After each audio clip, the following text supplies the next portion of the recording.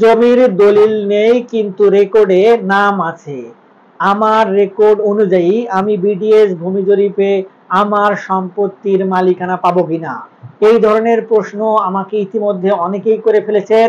তো আসুন আজকে আমরা এই বিষয়টি নিয়ে বিস্তারিতভাবে আলোচনা করি।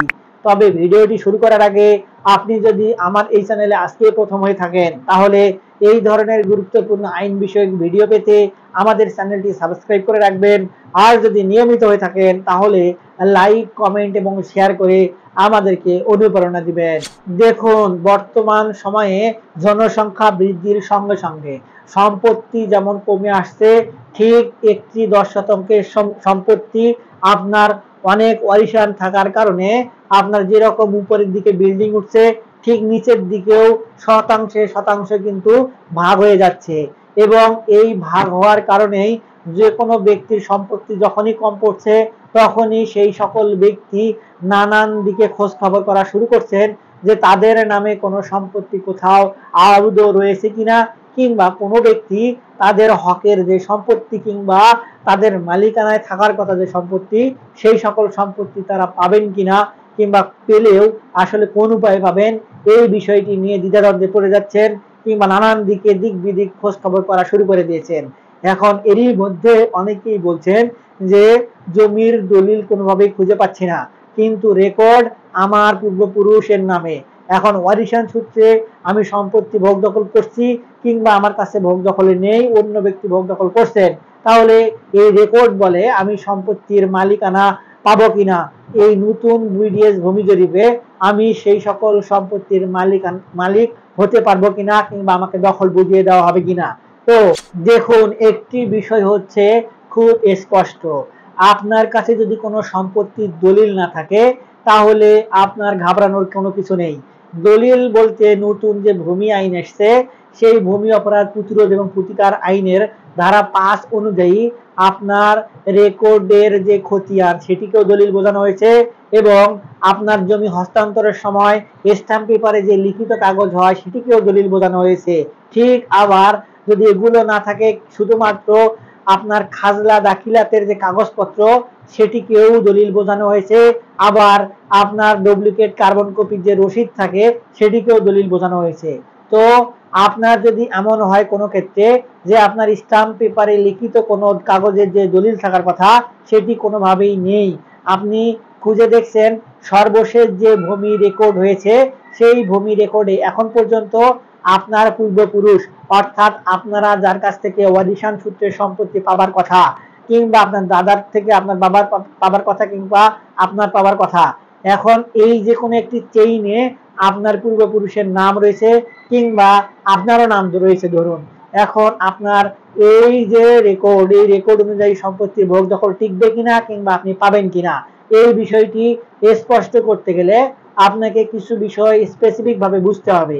আর সেটি হলো, যদি কোনো ক্ষেত্রে যে ব্যক্তির নাম সর্বশেষ রেকর্ডীয় খতিয়ানে উল্লেখ করা হচ্ছে, সেই ব্যক্তি যদি যে অন্য ব্যক্তির সম্পত্তির ভোগ দখলে রয়েছে, সেই ব্যক্তির কাছে কোনো সম্পত্তি হস্তান্তরযোগ্য দলিল তৈরি করে না দিয়ে যায়, অর্থাৎ হেবা দলিল, দানপত্র সূত্রে দলিল, ক্রয় সূত্রে দলিল, উইল, এই ধরনের যদি কোনো কাগজ না করে দিয়ে যায়, কিংবা সম্পত্তি বিক্রি না করে, তাহলে ওই যে দলিল, ওই যে দলিল যদি আপনার কাছে নাও থাকে, শুধুমাত্র রেকর্ড খতিয়ানে যদি আপনাদের পূর্বপুরুষের নাম থাকে, তাহলে আপনারা ওই সকল সম্পত্তি ওয়ারিশান সূত্রে ভোগ দখল করতে পারবেন।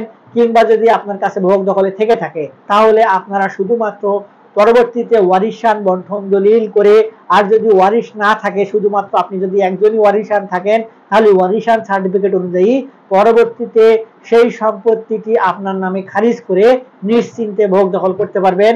এবং চলমান বিডিএস ভূমি জরিপে নিশ্চিন্তে আপনার নাম সেই খতিয়ান রেকর্ডে অন্তর্ভুক্ত করে আপনি পার্মানেন্টলি জমির মালিক হতে পারবেন।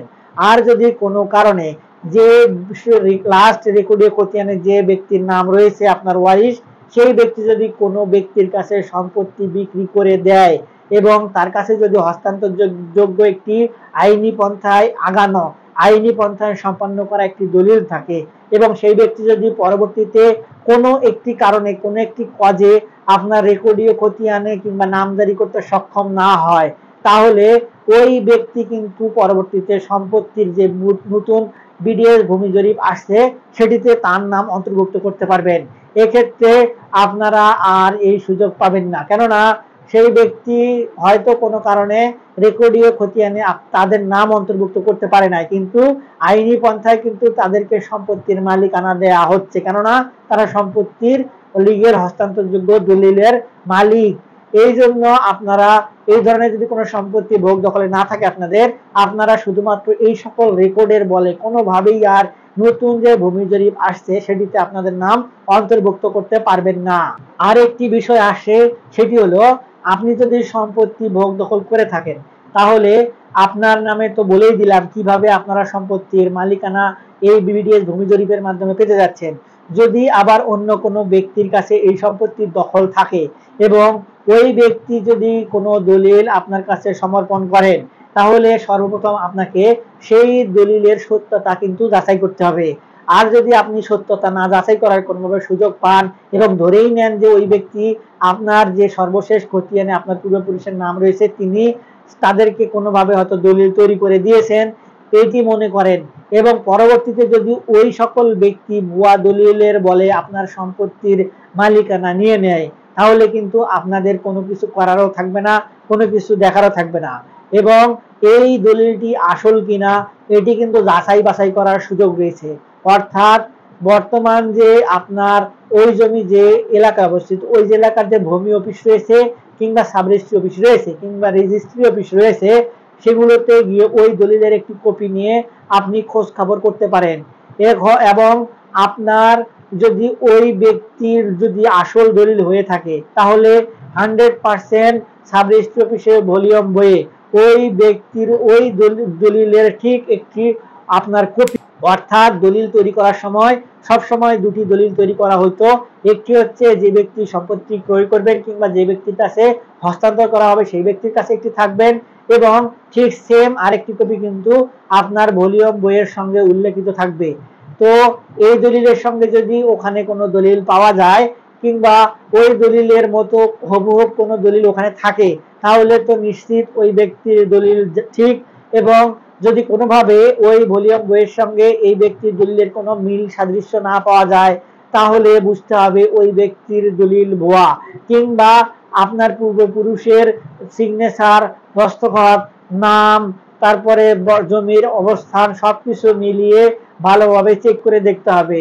এবং দলিল জাল কিনা কিংবা আসল কিনা এটি চেক করার জন্য কিন্তু স্পেসিফিক কিছু নিয়ম রয়েছে, এবং এই নিয়মগুলো কিন্তু সকলেই ঠিকঠাক ভাবে বুঝতে পারে না। তাই এই সকল দলিল আসলে জাল কিনা কিংবা আসল এটি বোঝার জন্য কিন্তু কিছু স্পেসিফিক লোক রয়েছে, তাদের সঙ্গে যোগাযোগ করলে এই দলিলের সম্পর্কে সত্যতা কিন্তু আপনারা বুঝতে পারবেন। আর তাছাড়া এই সকল যাবতীয় বিষয় নিয়ে আমার মতামত হচ্ছে আপনারা সবসময় একজন বিজ্ঞ আইনজীবীর পরামর্শ নিয়েই তারপরে বাকি পদক্ষেপ গ্রহণ করবেন। আর যদি এই সকল বিষয় নিয়ে আমাদের কোনো কনসালটেন্সির প্রয়োজন হয় তাহলে ভিডিওর নিচে কমেন্ট বক্স রয়েছে, সেখানে কমেন্টস করবেন, আমরা আপনাদের সঙ্গে যোগাযোগ করার চেষ্টা করব। আজকে এ পর্যন্তই, দেখা হবে সামনে নতুন কোনো ভিডিওতে। ততদিন পর্যন্ত ভালো থাকবেন, ধন্যবাদ।